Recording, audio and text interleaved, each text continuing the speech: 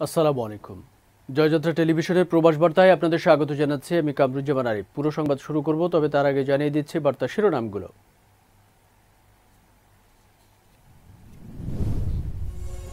দক্ষিণ আফ্রিকায় নিয়ন্ত্রণহীন করোনা পরিস্থিতি, উদ্বিগ্ন বাংলাদেশিরা। স্বাস্থ্যবিধি মেনে চলার আহ্বান দেশটিতে নিযুক্ত বাংলাদেশের হাইকমিশনের।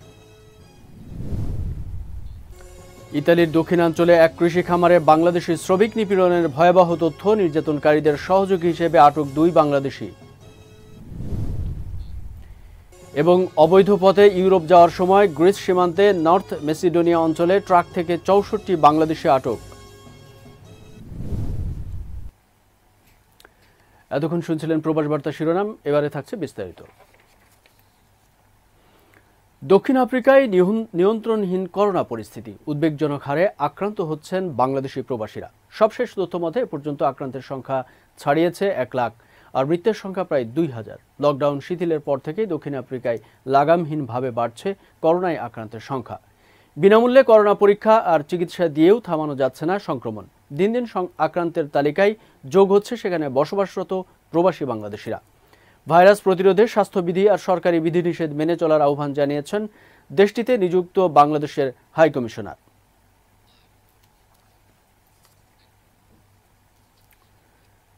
নোভেল করোনা ভাইরাসের পরিস্থিতিতে সৌদি আরবের বাহিরে ছুটিতে থাকা বিদেশি নাগরিকগণ পরিস্থিতি স্বাভাবিক না হওয়া পর্যন্ত দেশটিতে ফিরে আসতে পারবে না বলে জানিয়েছে সৌদি পাসপোর্ট বিভাগ।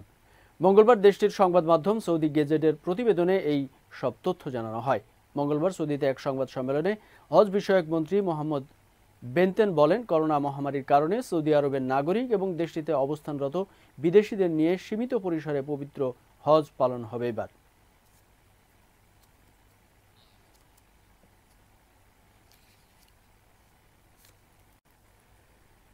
ইতালির দক্ষিণাঞ্চলীয় ক্যালব্রিয়া বিভাগের কোসেন্সা প্রভিন্সের এক কৃষি খামারে বাংলাদেশি শ্রমিকদের প্রতি নিপীড়নের ভয়াবহ তথ্য পাওয়া গেছে। এসব বাংলাদেশিদের দুঃখ দুর্দশার গল্প মঙ্গলবার ইতালির জাতীয় গণমাধ্যমে প্রকাশ হয় বেশ ফলাও করে। জানা গেছে, ওই খামারে রীতিমতো গিনিপিগ বানিয়ে রাখা হয়েছিল বাংলাদেশিদের। পরে অত্যাচার সইতে না পারা এক বাংলাদেশির অভিযোগের প্রেক্ষিতে দেশটির পুলিশ ফোর্স বিশেষ অভিযান পরিচালনা করলে বেরিয়ে আসে অন্ধকার জগতের ন্যাক্কারজনক বাস্তবতা। সুনির্দিষ্ট অভিযোগে খামারের 5 ইতালিয়ান নাগরিক জেন্নারো, ফ্রান্সিসকো, রক্কো, সাভেরিও এবং রবের্তোকে গ্রেফতার করা হয়। এদের সহযোগী হিসেবে আটক হয়েছে 2 বাংলাদেশি, দালাল আনোয়ার হোসেন মিজান এবং কাকন দাস।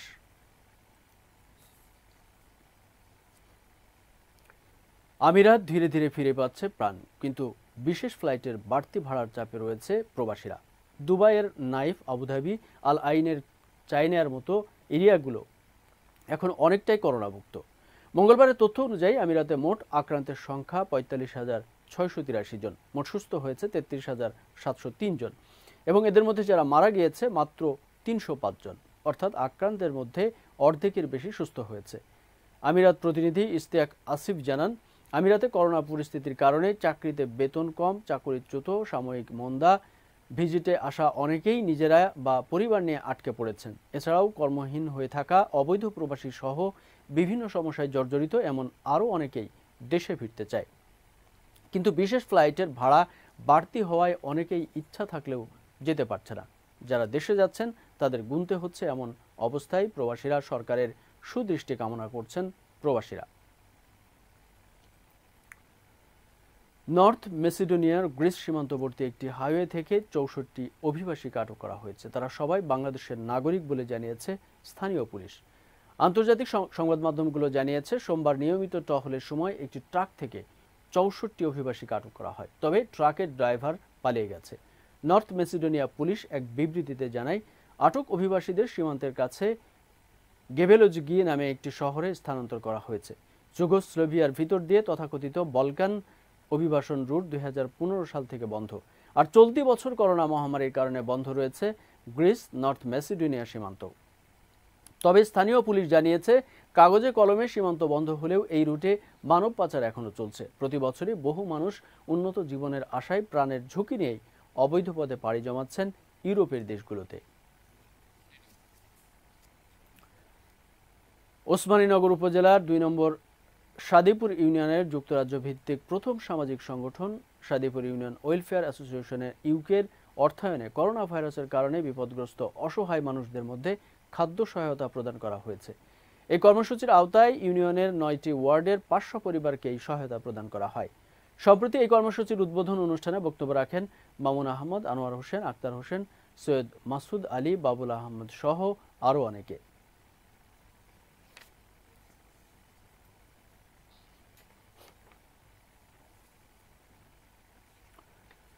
অস্ট্রিয়ার রাজধানী ভিয়েনায় বাংলাদেশ দূতাবাসের রাষ্ট্রদূত মোহাম্মদ আবু জাফর স্লোভেনিয়ার প্রেসিডেন্ট বরুট পাহরের সঙ্গে রাজধানী লুবিনিয়ায় তার নিজস্ব কার্যালয়ে ১৭ জুন বিদায়ী সাক্ষাৎ করেন।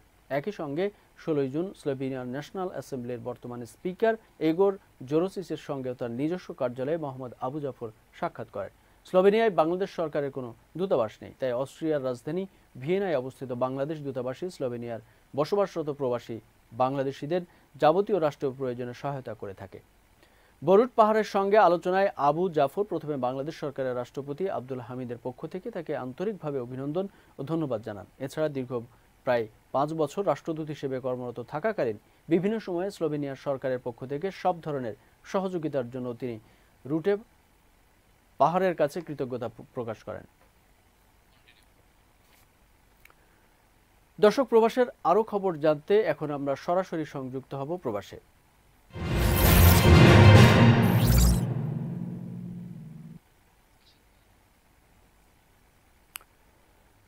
দর্শক, আমরা এই মুহূর্তে সংযুক্ত হব জর্ডানে। জর্ডান থেকে আমাদের সাথে সংযুক্ত হবেন রাশেদ কাদের। আমরা জানার চেষ্টা করব জর্ডানের এই পর্যন্ত করোনা পরিস্থিতি এবং সেখানে বসবাসরত বাংলাদেশিদের বর্তমান অবস্থা সম্পর্কে।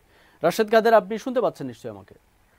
আসসালামু আলাইকুম, শুনতে পাচ্ছি। আপনি শুনতে পাচ্ছেন? সালাম রাশেদ কাদের, আপনাকে ধন্যবাদ আমাদের সাথে সংযুক্ত হওয়ার জন্য। রাশেদ কাদের, আমি শুরুতেই আপনার কাছে জানতে চাইব যে আজকে পর্যন্ত জর্ডানের করোনা পরিস্থিতি আপনি আমাদেরকে জানাবেন এবং সেখানে আপনারা যারা বসবাস করছেন এ পর্যন্ত জীবনযাত্রার কতটুকু স্বাভাবিকতা ফিরে পেয়েছেন। ধন্যবাদ আরিফ ভাই আমাকে লাইনে সংযুক্ত করার জন্য, এবং ধন্যবাদ জয়যাত্রা পরিবারকে। আর আমি আসলে আপডেট দেবো জর্ডানের পরিস্থিতি আলহামদুলিল্লাহ খুবই ভালো। গত ৩ দিন কিন্তু জর্ডানের মধ্যে কোনো করোনা ভাইরাসের রোগী শনাক্ত হয়নি। আর যারা পাওয়া গেছে তাদেরকে বর্ডারে বিভিন্ন জায়গা থেকে যাদের কন্টেনারের যে লরির ড্রাইভার গুলা এবং যে যে লোকাল নাগরিক গুলা ছিল তাদেরকে যেন বিভিন্ন দেশ থেকে ফিরিয়ে আনা হয়। ওই নাগরিক গুলো আসলে জর্ডানের ভিতরে আলহামদুলিল্লাহ গত ৩ দিন কোনো করোনা রোগী শনাক্ত হয়নি। আর এখানে কিন্তু জীবনযাত্রার মান কিন্তু আস্তে আস্তে স্বাভাবিক হওয়া শুরু করছে। অলমোস্ট আপনার 70-80% শুরু হয়ে গেছে আলহামদুলিল্লাহ।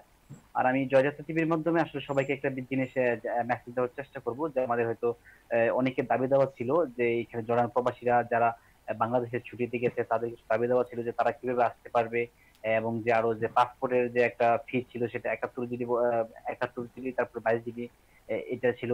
একটা হয়তো একটা একটা সেফ হোমের দাবি ছিল। তারপরে যে আমাদের যে কর্মীগুলো নিয়ে এসে তাদের যে প্রশিক্ষণ এবং প্রশিক্ষিত যে কর্মীর দাবি করছিল সবাই। আসলে যে দাবি দাওয়াগুলো আসলে কিন্তু আমি কিন্তু আমাদের যে মাননীয় রাষ্ট্রদূতের কাছে পেশ করতে সক্ষম হয়েছি গত সপ্তাহে, এবং এটা অনিয়ারই হয়েছে। এবং উনি আলহামদুলিল্লাহ খুবই সুন্দর চমৎকার ভাবে আমাকে আসলে জবাব দিয়েছেন, এবং উনি খুব দৃঢ়ভাবে কাজ করতেছেন। আমাদের যে মাননীয় রাষ্ট্রদূত নাহিদা সুবহান আছে, উনি আসলে কিন্তু নতুন এখানে আসছে। উনি আসার পর থেকে কিন্তু লকডাউন শুরু হয়ে গেছে। তো উনি প্রথমে যে কাজটা করছিল যে লকডাউনের শুরুতে আমাদেরকে করোনা যে আপনার যে করোনা থেকে কিভাবে বাঁচা যায় এবং করোনা মোকাবেলা যে উনি আসলে একটা করছিল যে প্রতিরোধের এবং একটা লিফলেট বিতরণ করছিল। তারপর থেকে লকডাউন আসলে ধন্যবাদ ওনাকে যে উনি লকডাউনের মধ্যে অফিস করেছেন, এবং আমাদের যে আপনার দুজন প্রথম সচিব আছে ওনাদের মাধ্যমে হটলাইন নাম্বার গুলোকে চালু করে যারা খাদ্য অসুবিধা আছে তাদেরকে খাদ্য সহযোগিতা দেওয়ার জন্য, এবং যারা অসুস্থ আছে কিনা এবং যারা কেউ আসলে যেই সমস্যা ছিল আসলে উনি করছে যে খোঁজ নেওয়ার চেষ্টা করছে। এবং যে আপনার জানলে যে খুশি হবেন যে আসলে একটা একটা এখানে একটা বাসায় কাজ করতো একটা মেয়ের বাবা মারা গেছে। ওই লোকটা আপনার এম্বাসিতে যোগাযোগ করার পরে কিন্তু আমাদের যে মাননীয় রাষ্ট্রদূত ওনার উদ্যোগে আসলে মেয়েটাকে একটা মেন্টালি সাপোর্ট করার জন্য একটা আসলে আমরা ধন্যবাদ জানাবো যে আমাদের মাননীয় রাষ্ট্রদূতকে উনি কাজ করতেছেন। আসলে এই দাবিগুলো আমার যে দাবিগুলো ছিল আপনার যে সকল প্রবাসীদের জর্ডান প্রবাসীদের আমি দাবিগুলো তুলে ধরতে সক্ষম হয়েছি, এবং উনি আমাকে আশ্বস্ত করছেন এবং দাবিগুলো পূরণ করার চেষ্টা করবে। এবং জর্ডান সরকারের সাথে হয়তো লকডাউন উঠার পরে অথবা করোনা পরিস্থিতি স্বাভাবিক হওয়ার পরে উনি আসলে এদেশের সরকারের সাথে, এদেশের মন্ত্রণালয়ের সাথে আপনি আপনি ই করবেন যে সমঝোতা করে কিভাবে হয়তো আমাদের লোকগুলোকে বাংলাদেশে যারা আছে তাদেরকে আনা যায়, অথবা এখানে সেফ হোম কিভাবে করা যায়, আসলে মানে প্রত্যেকটা কাজই উনি করবেন। আর উনি কিন্তু আপনার খুব যে আপনার হিউম্যান রাইটস এ কাজ করেছেন এবং প্রবাসীদেরকে নিয়ে কাজ করেছেন। আসলে উনি খুব অ্যাক্টিভ, আমাদের জন্য খুব কাজ করছেন উনি, বিশেষ করে জরান প্রবাসীদের জন্য। রাশেদ কাদের, এই মুহূর্তে আপনারা যারা প্রবাসী বাংলাদেশিরা সেখানে অবস্থান করছেন, আপনাদের জীবনযাত্রার কতটুকু স্বাভাবিকতায় ফিরে পেয়েছেন? সবাই যারা প্রবাসীরা আছেন তারা সবাই কাজে ফিরতে পারছেন কিনা? ধন্যবাদ আরিফ ভাই। আসলে এখনো এখনো সবাই কাজে ফিরতে পারছে না। আসলে যারা যাদের মালিক যারা আপনার যারা গার্মেন্টস সেক্টরে আছে তারা কিন্তু 100 না, কিছু সংখ্যক কম থাকতে পারে, তারা কাজে ফিরতে পেরেছে, এবং যারা পার্মানেন্ট জব ছিল তারা হয়তো কাজে ফিরতে শুরু করেছে। আর যাদের মালিক ছিল আপনার বাহিরের, তারা কিন্তু এখন মোটামুটি একটু অসুবিধায় পড়ে গেছে। তাদের যারা মালিক ছুটিতে গেছে, এবং অথবা করোনার ভয়ে এখান থেকে আপনার যারা যে মালিকগুলো ছিল, যারা কুয়েতি কাতারি ছিল, তাদের যারা ওইখানে কাজ করতো তারা একটু সমস্যা আছে এখন।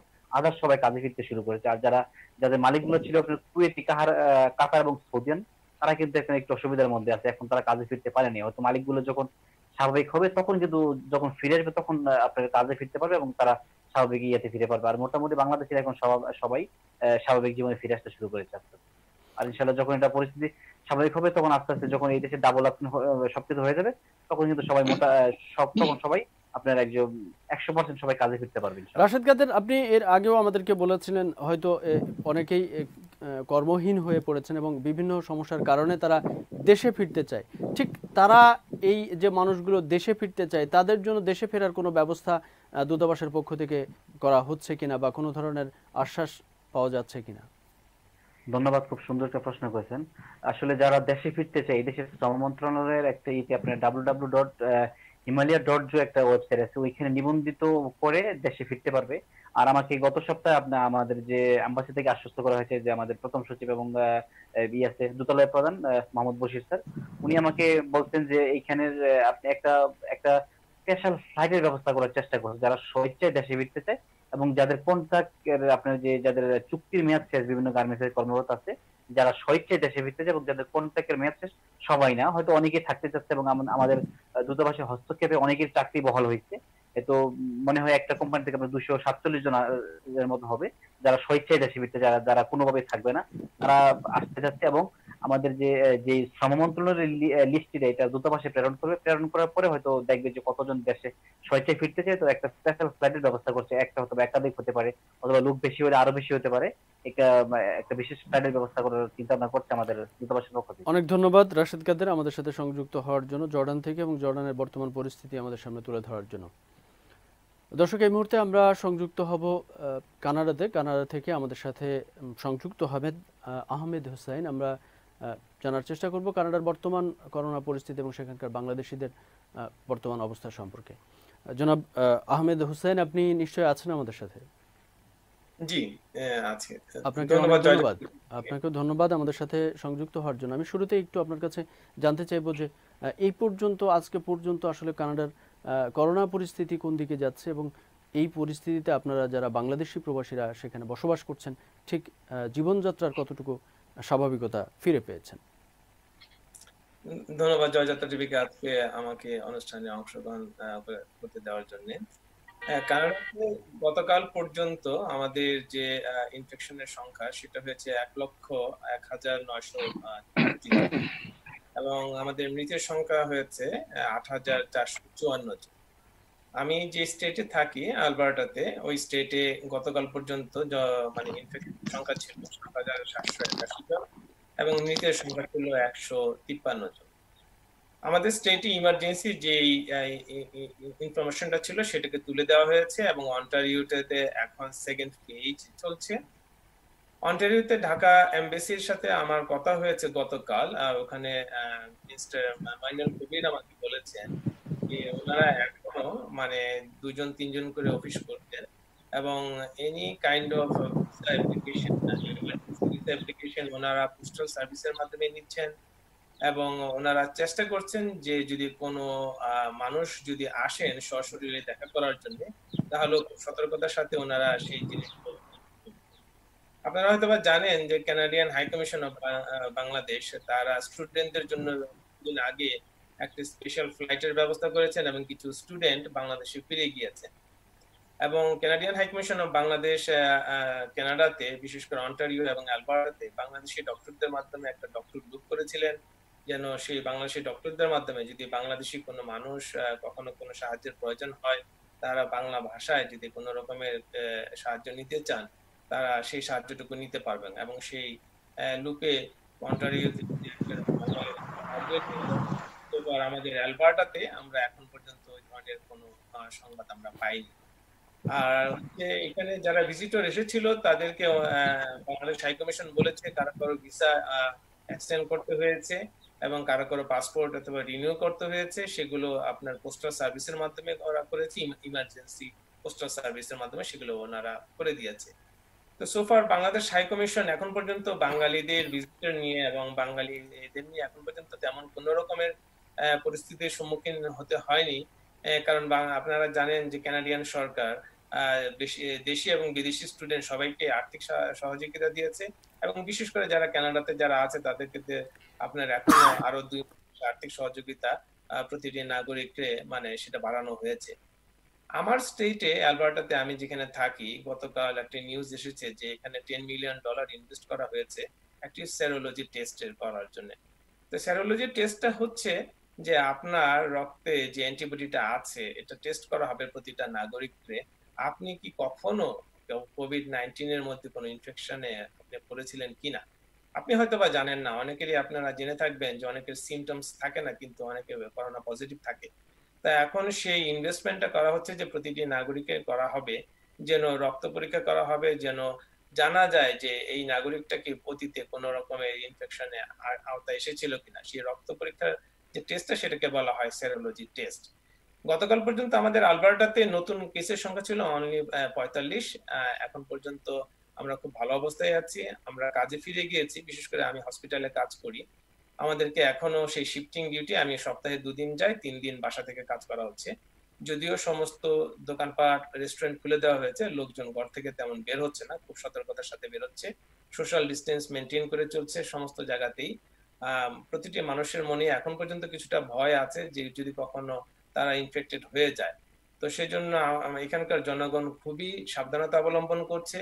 যদিও আমাদের ইমার্জেন্সি এটা তুলে দেওয়া হয়েছে, কিন্তু জনগণ তারপরেও ঘরে অবস্থান করছে, তারা সোশ্যাল ডিস্টেন্স মেনটেন করছে, যাওয়ার পর মাস্ক ব্যবহার করছে, প্রায়ত পক্ষে যদি প্রয়োজন না হয় তাহলে বাইরে যাচ্ছে না। এই অবস্থাতে আমাদের আসলে কানাডার সার্বিক পরিস্থিতি খুবই ভালো।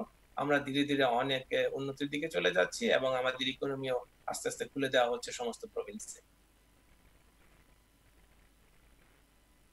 স্টুডেন্টরা রয়েছেন যারা কানাডাতে বাংলাদেশি স্টুডেন্টরা রয়েছেন, তারা হয়তো কিছুটা সমস্যায় পড়েছিলেন শুরু থেকে লকডাউন সিস্টেমের কারণে বা অর্থনৈতিক বিভিন্ন কারণেই কিন্তু সমস্যাগ্রস্ত হয়েছিলেন।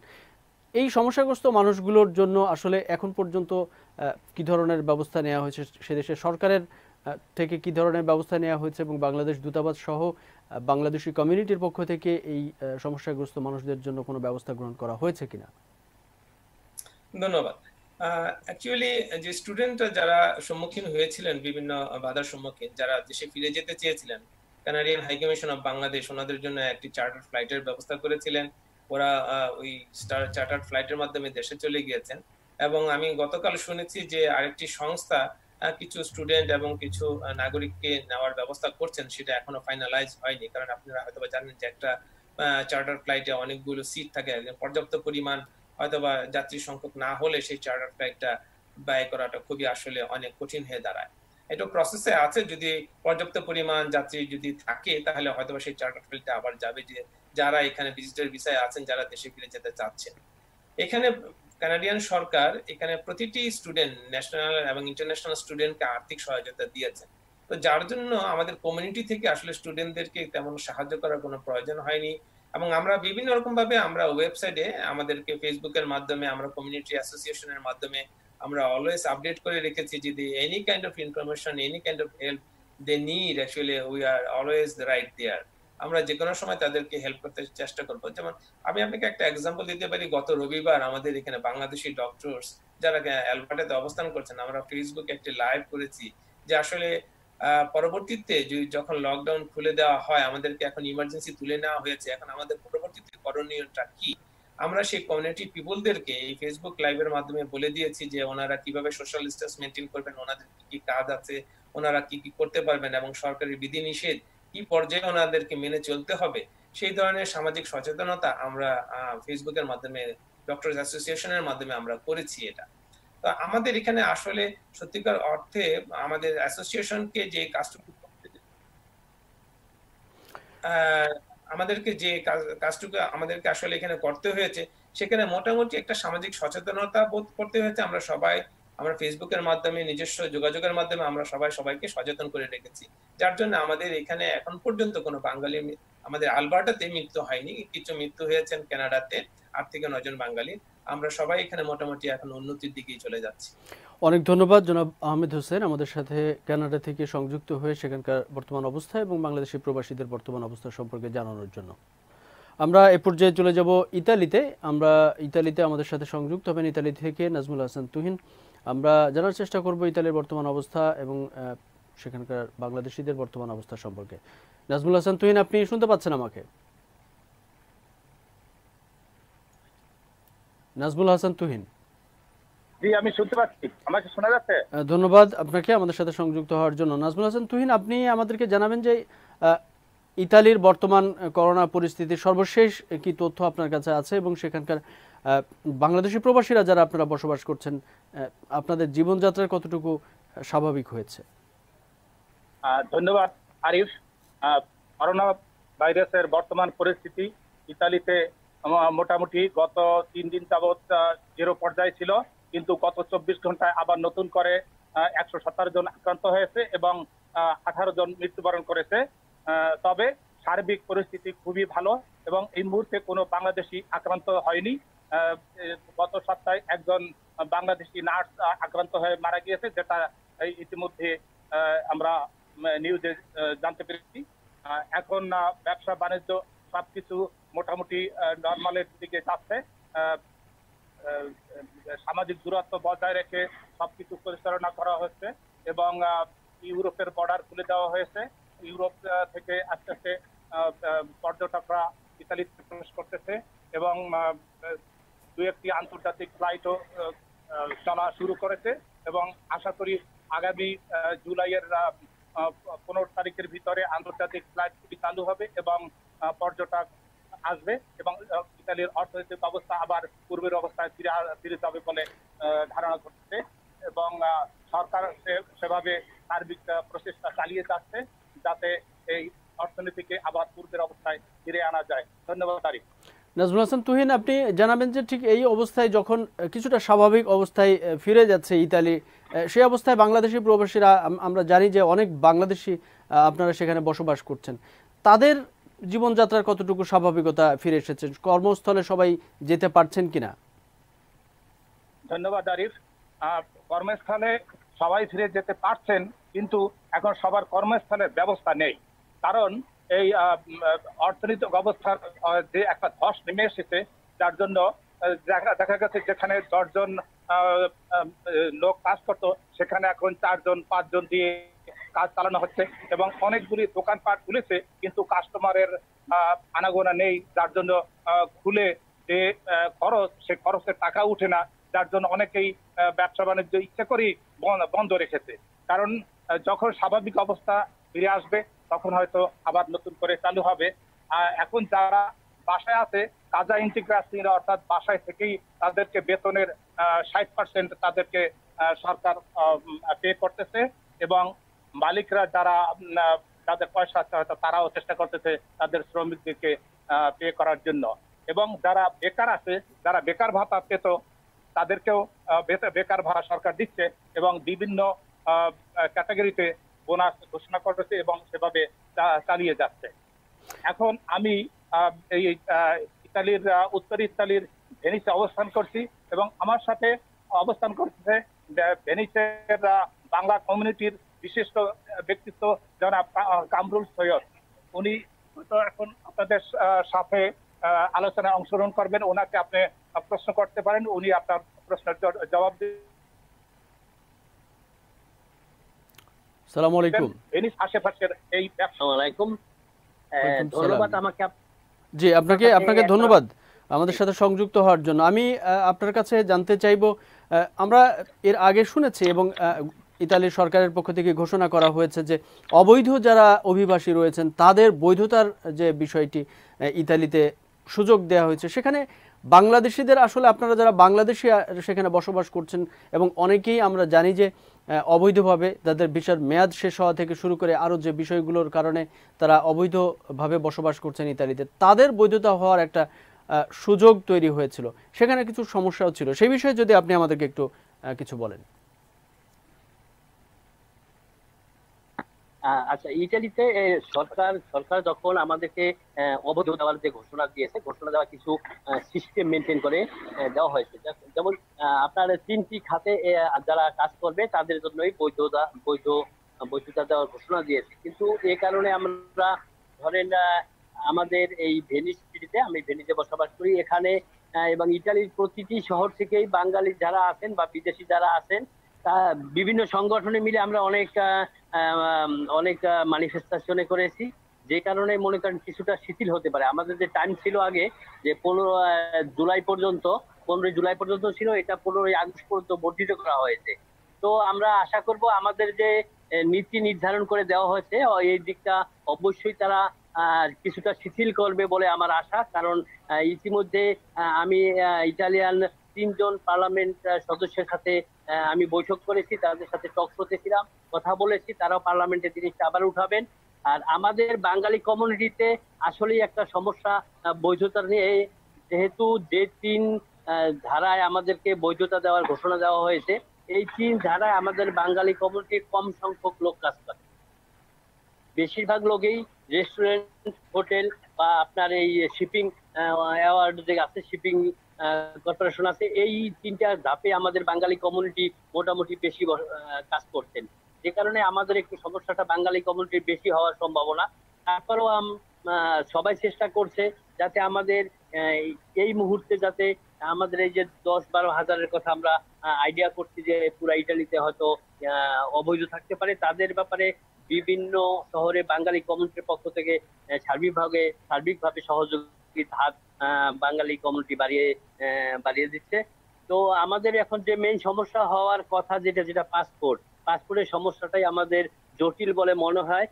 এ কারণে যে অনেকে জানেন তো যে আমরা অবৈধ পথে ইটালিতে যারা প্রবেশ করেছে তাদের অনেকেরই পাসপোর্ট নাই, বা পাসপোর্ট থাকলেও তাদের জন্ম তারিখ বা নাম এটা ঠিক নাই, এটা স্বাভাবিক, কিন্তু আমাদের বাঙালি কমিউনিটির দীর্ঘদিনের সমস্যা। এই সমস্যাটা নিয়ে যখন আমাদের পাসপোর্ট গুলা নতুন করে আবার করা হচ্ছে, এই পাসপোর্ট গুলার ডেলিভারি কম হচ্ছে। এরা বিভিন্ন আমরা যতটুকু অনুভব করছি, দীর্ঘদিন পর্যন্তই এই খাতে একটা চক্র কাজ করছে অবৈধভাবে পয়সা রুজি করার জন্য। তো আমরা চাচ্ছি ঠিক এই মুহূর্তে যাতে ইটালিতে এই জিনিসগুলো আমাদের বাংলাদেশ সরকার যাতে ছাড় দেয়, এবং প্রত্যেকটা অফিসকে, ইটালিতে যে অবস্থানগত অফিসগুলো আছে, পাসপোর্ট অফিসগুলো, তার থেকে যাতে বলে দেয় যাতে আমাদের এই কাগজগুলো খুব তাড়াতাড়ি ক্লিয়ার করে দেন। অনেক ধন্যবাদ আপনাকে আমাদের সাথে সংযুক্ত হয়ে সময় দেওয়ার জন্য, এবং ধন্যবাদ জানাচ্ছি এই বিষয়গুলো, ইতালির যে সমস্যা, অবৈধ বাংলাদেশিদের সমস্যা, সেই সমস্যাগুলো তুলে ধরার জন্য। আমরা এই পর্যায়ে চলে যেতে চাই দক্ষিণ আফ্রিকার জোহানেসবার্গে। আমাদের সাথে সংযুক্ত হবেন নুরুল আলম। আমরা কথা বলবো নুরুল আলমের সাথে সেখানকার বর্তমান করোনা পরিস্থিতি সহ সেখানকার বাংলাদেশি প্রবাসীদের বর্তমান অবস্থা সম্পর্কে। জনাব নুরুল আলম, আপনি শুনতে পাচ্ছেন আমাকে? জি, আমি শুনতে পাচ্ছি। ধন্যবাদ আমাদের সাথে সংযুক্ত হওয়ার জন্য। এর আগেও আমরা আপনার সাথে সংযুক্ত হয়েছিলাম দক্ষিণ আফ্রিকার যে বর্তমান সমস্যা, সেই সমস্যাগুলো নিয়ে এবং করোনা পরিস্থিতি, সেই তার ভিতরে বাংলাদেশিদের অবস্থান সম্পর্কে। ঠিক এই মুহূর্তে আজকে পর্যন্ত আপনি বলবেন যে আসলে করোনা পরিস্থিতি কতটুকু নিয়ন্ত্রণে নিতে পারছে দক্ষিণ আফ্রিকা, এবং আপনারা কতটুকু আপনাদের জীবনযাত্রার স্বাভাবিকতা ফিরে পাচ্ছেন? ধন্যবাদ আরিফ।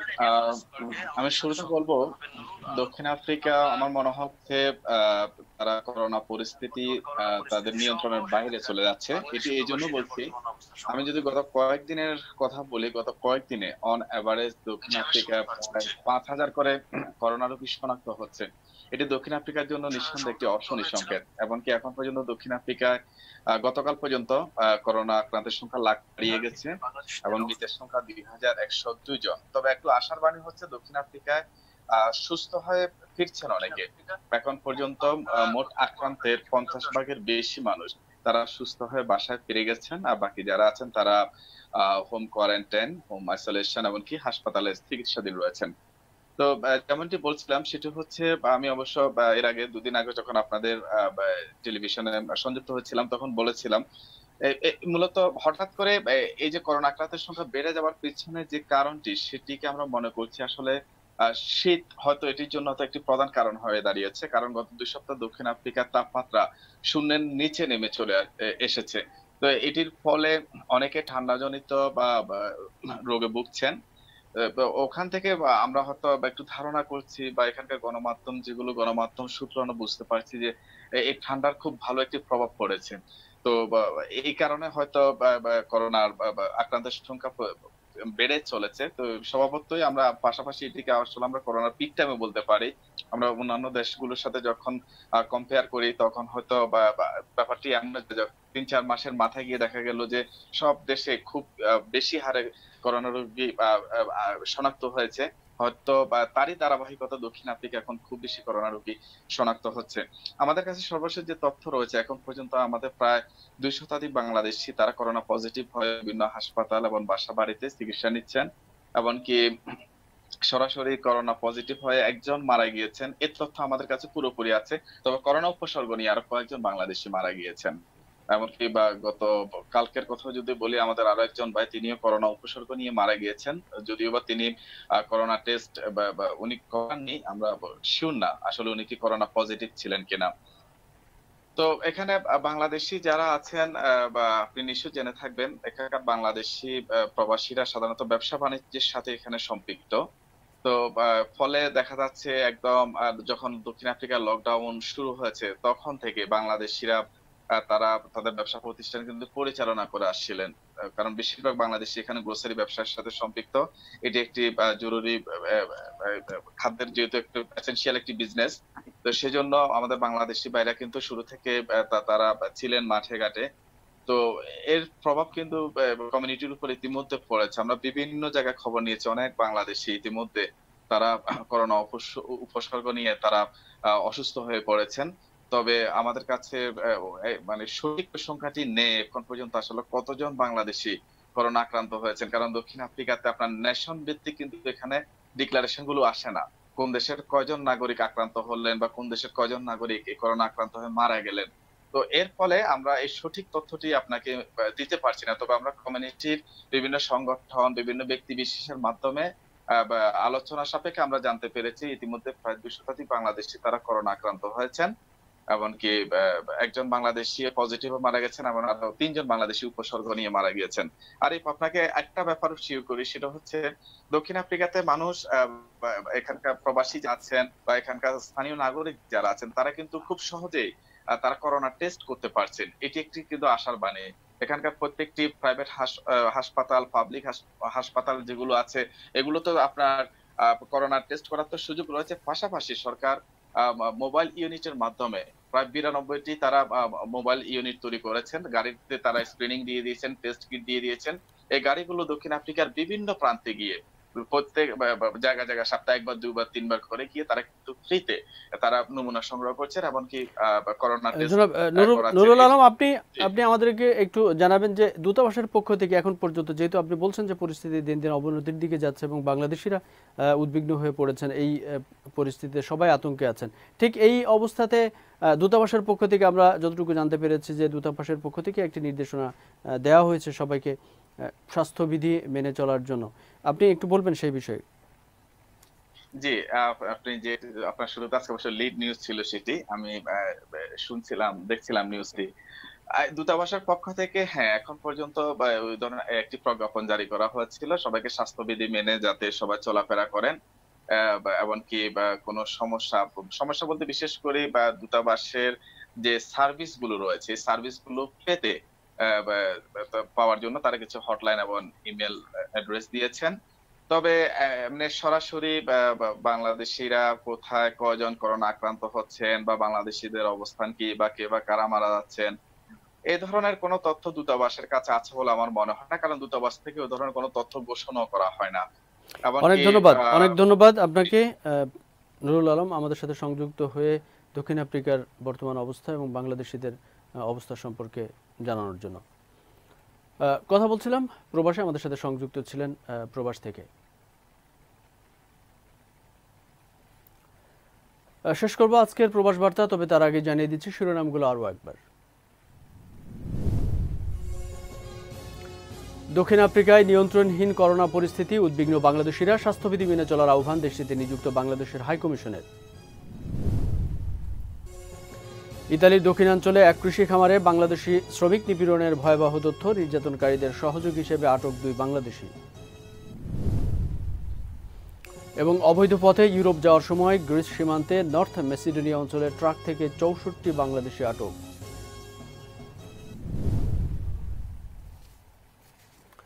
এই ছিল এখনকার মতো প্রবাস বার্তা। আমাদের পরবর্তী বার্তা দেখার আমন্ত্রণ রইল। প্রবাসের সব খবর জানতে চোখ রাখুন জয়যাত্রা টেলিভিশনে। এতক্ষণ আমাদের সঙ্গে থাকার জন্য ধন্যবাদ। আল্লাহ হাফেজ।